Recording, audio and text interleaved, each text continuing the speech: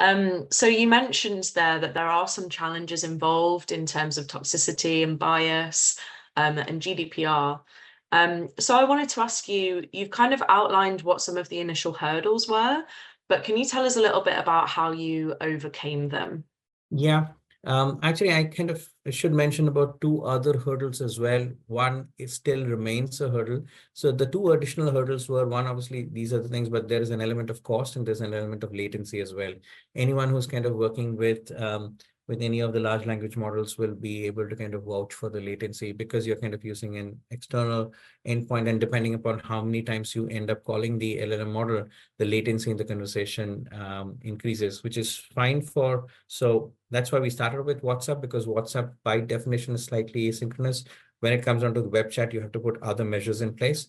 But in terms of how we went about, basically kind of addressing each of these challenges is, I think there is no silver bullet. By and large, if you're kind of trying to get an LLM to do what you want it to do, there are only, in my mind, three different ways to do it. One, obviously, is pure prompt composition, where in the prompts you are kind of giving it guidelines, giving it clear instructions, and it takes a while.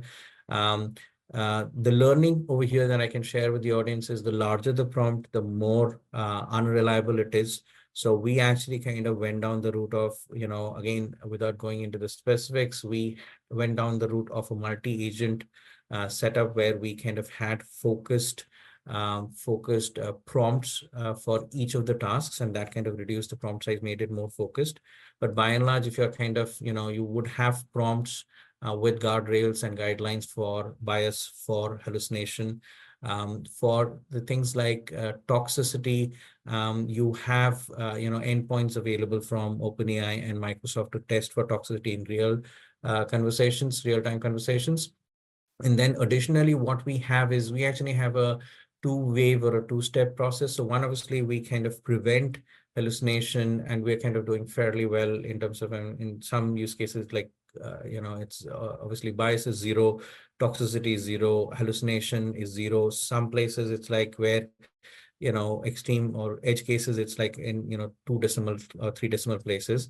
So it's possible to kind of do it with the prompts, but the additional things are examples. So this is the second way you can basically get an LLM to do what you wanted to do, is through either static examples in the prompt or dynamic examples that it can reference.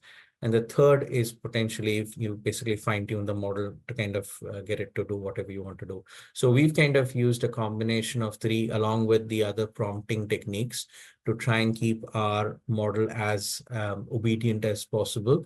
These obviously have an impact in terms of the smaller the prompt, obviously it has an impact in terms of latency. It reduces your cost as well. Fine-tuning would reduce your cost. It'll increase your initial cost of basically fine-tuning it, but in terms of operational costs, because you're not having to kind of send off fairly large prompts, it'll reduce your cost from that perspective as well. So it was a combination of, as I said, some of these techniques along with the second wave of is basically where, so one is real time. The second wave is we actually audit our transcripts. Initially, we started off with basically our human colleagues. We have a dedicated, fairly efficient and very well skilled conversation analyst team who kind of go through the transcripts and then weed out any issues around it, and then it's a feedback loop. Now we are at a point where it's part human audit and part model led. So we have models in place where you can basically, they go through the transcripts and detect for bias, detect for hallucination, detect for toxicity, so that you can then scale it up. Because it's, again, the same issue is with the human team, you can't really have a wide coverage and also scale up. So short answer would be combination of various techniques in terms of prompting, and fine tuning, and then basically having these measures in place or process in place for both real-time prevention and offline transcript detection and feedback loop. That's how we kind of went about it.